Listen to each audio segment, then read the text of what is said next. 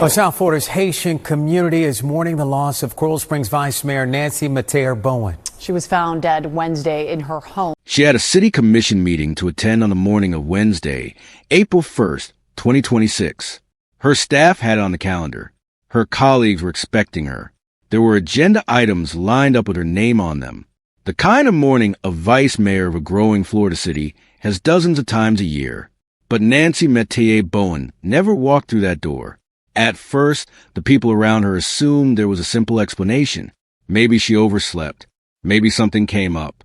Calls went out. Texts were sent. No response. Then at 8 a.m. that same morning, something strange happened. A text message was sent from Nancy's phone to a city commission staffer. The subject line read, "Discussion items." It looked routine. It looked like Nancy was on her way. But Nancy never arrived. More calls. More silence. Eventually, the people who knew her best began to sense that something was very, very wrong. They reached out to her husband, Stephen Bowen. He told them he hadn't heard from her either. By mid-morning, a wellness check was called at the couple's home in Coral Springs. When officers arrived, they couldn't get in. Concerned callers were on the line with dispatchers, their voices thick with urgency. One caller pleaded with the dispatcher, "Tell them to break down the door by whatever means." The dispatcher replied that they couldn't force entry without cause. Then Stephen Bowen's own uncle got on the line, and he said something that would later send chills through investigators. "I'm going to give you a reason." A SWAT team forced entry into the home. What they found upstairs in the second-floor bedroom was the body of Nancy Metayer Bowen, 38 years old, vice mayor of Coral Springs, the first black woman and first Haitian American ever elected to the Coral Springs City Commission, a woman days away from announcing a run for the United States Congress. Her body had been wrapped in blankets and placed inside garbage bags. She had been shot 3 times with a shotgun, and the man authorities would charge with her murder was her own husband. Before we go any further, hit that subscribe button and drop a comment below. Tell us, what country or state are you watching from? Let's see how far Nancy's story has reached. My soul is heavy. My heart is broken. Tough story here this morning. Coral Springs Vice Mayor Nancy Metayer Bowen is being remembered across South Florida.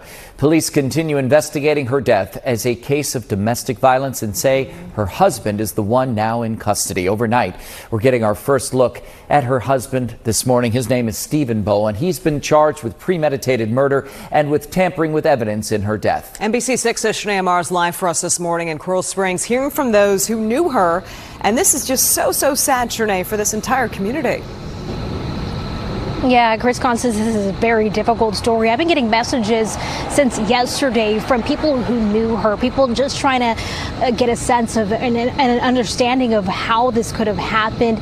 Colleagues, former colleagues, friends, including a text message that said that they had a coffee date scheduled for next week. Now that friend and so many others are in mourning. My soul is heavy.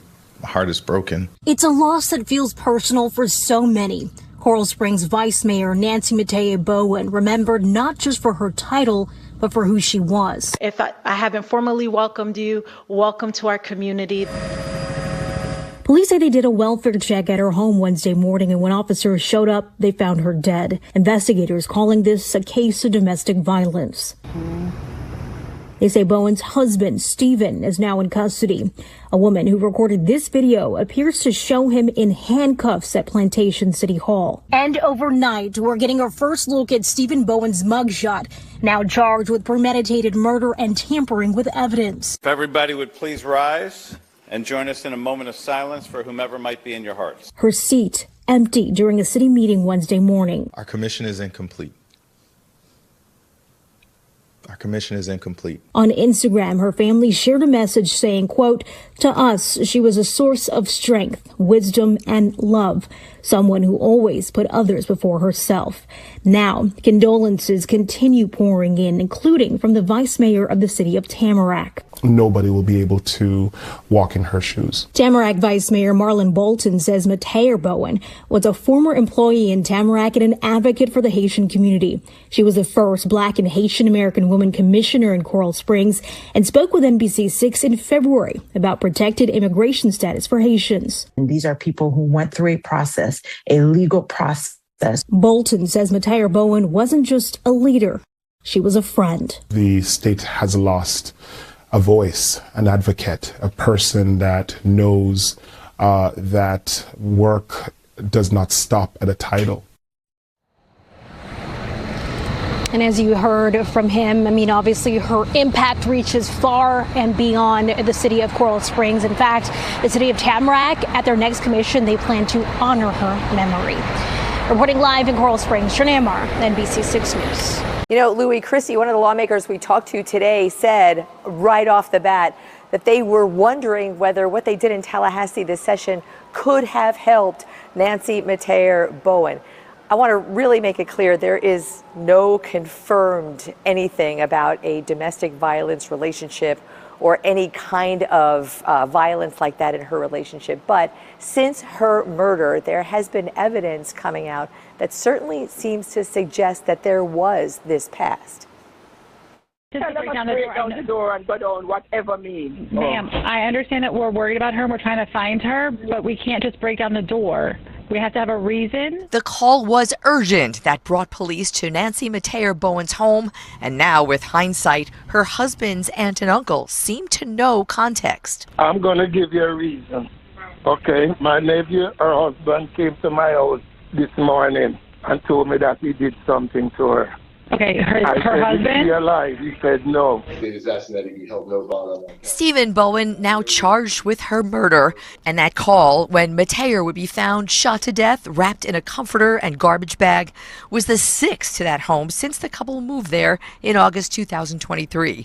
A disturbance call, a theft, animal bites, and an investigation, according to logs, details yet to be public. And who will fight to make government more accountable? If Nancy Metayer, Coral Springs vice mayor, ready to launch a congressional campaign, ever confided to anyone about a violent relationship, that has remained private. What we see is the escalation happens between rounds of these different incidences of abuse. So the quicker we can get law enforcement to the scene to understand what the issue is, the more seriously we can deal with the perpetrator and the abuser. South Florida lawmakers led bipartisan, unanimous, multifaceted domestic violence bills this session with more tools to protect victims, like a study for an individually dedicated number that brings police.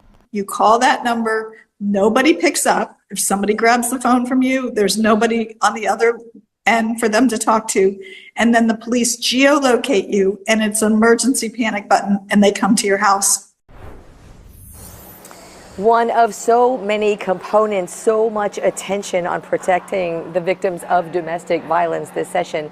If the governor signs them, Louis, you mentioned it is waiting for him to sign, then this would all go into effect next summer. I'm Glenna Milberg, live at Coral Springs City Hall today, Local 10 News. All right, Glenna, thank you.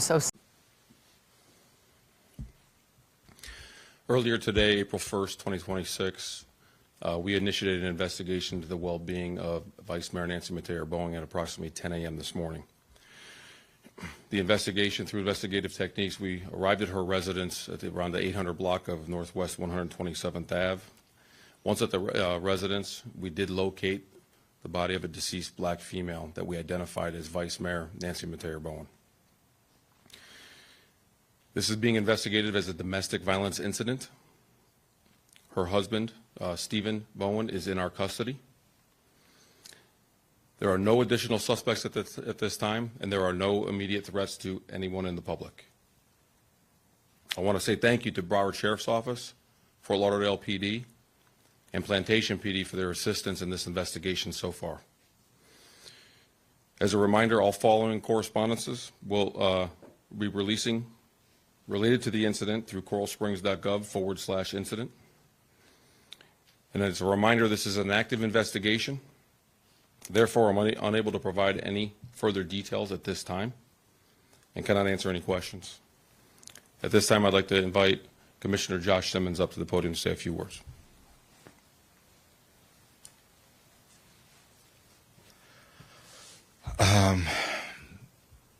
Good afternoon, everyone, or evening. Usually I love speaking at press conferences and talking to reporters, but this is not one of those days. Nancy was our colleague, and I'm speaking on behalf of our entire commission. Nancy was our colleague. That was our battle buddy. She had such a good heart. She truly cared about people. Even when people were saying some of the most horrible things about her and us, she still cared, rolled up her sleeves, went to every event that she could go to because she truly cared about people and making sure people had a relationship with their elected officials. And for anyone that knows me, they know that I can tend to be a little like an attack dog, and I was very protective of her. I would not let people mistreat her or talk to her any kind of way just because she decided to serve the people. And so my heart is extremely heavy. My soul is heavy. My heart is broken. We are just normal people. And to have to go home and deal with things, that's what we do. We come back out every single day and we work for the people. Our commission is incomplete. Our commission is incomplete. And we know that time is going to move and time is going to do its thing. But for us that are in this city, in the city hall, that have been touched or impacted by Vice Mayor Nancy Metayer Bowen, that is something, that is a loss that is going to take a lot of time to deal with. To the media, thank you for being here, but I am going to ask you one simple request. Do not turn this into a circus. Do not barrage our office trying to get answers. You have been given instructions. Please follow them. We are truly grieving right now. Our city will come together as we always do. Nancy, I loved you. You're my big sister. I was always happy to see you at all the events we went to together. I just saw you this past Saturday. Didn't think that would be the last time I got to talk to you. So I'll say to everyone here, go home, hug your loved ones, tell them you love them, be close to them. I am praying for her family, who's dealing with yet another unimaginable tragedy. So please keep them in your prayers as well. And with that, I'll bring up our city manager, Catherine Gibbons.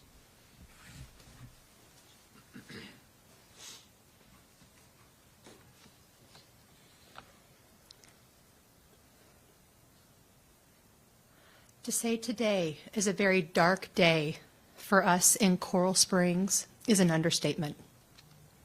There are no words that can truly capture the depth of this loss or the pain this organization and community are now dealing with as a result of this senseless tragedy.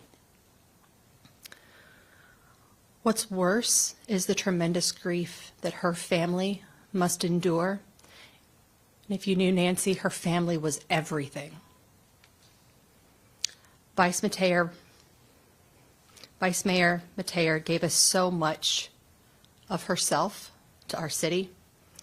She wasn't just a leader, she was the light in every room that she entered. She was a steady voice in difficult times, a compassionate soul who lifted others up, and a friend to so many. Our hearts are truly broken. We know this brings shock and sorrow, and we are taking the necessary steps as city employees to be with those that are affected.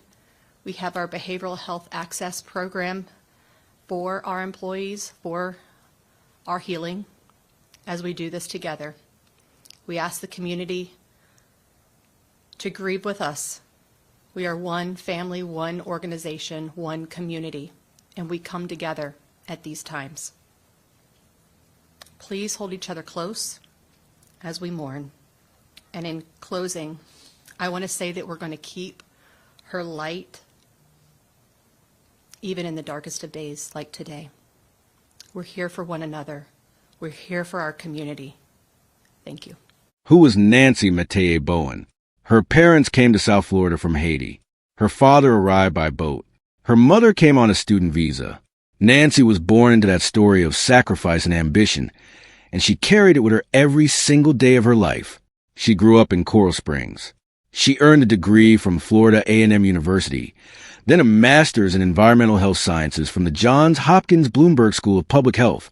She interned at the White House during the Obama administration. She interned for U.S. Senator Bill Nelson. She spent 2 years doing relief work in Haiti. In 2020, she ran for the Coral Springs City Commission and made history. The first black woman, the first Haitian American. In a city that is only 24.8% black, she won. 4 years later, she ran again, and this time she was reelected unopposed. Her fellow commissioners named her vice mayor. In 2024, she was tapped by Kamala Harris's presidential campaign to serve as Florida Caribbean Vote Director. She stood in front of crowds and spoke for people who had been spoken over for too long. She was, by every account, a rising force in American politics. And she was days away from announcing a run for the United States Congress. The announcement was reportedly scheduled for Thursday, April 2nd, 2026. She never made it. What the evidence showed, according to the arrest affidavit, Stephen Bowen shot Nancy 3 times with a shotgun on the night of Tuesday, March 31st, 2026.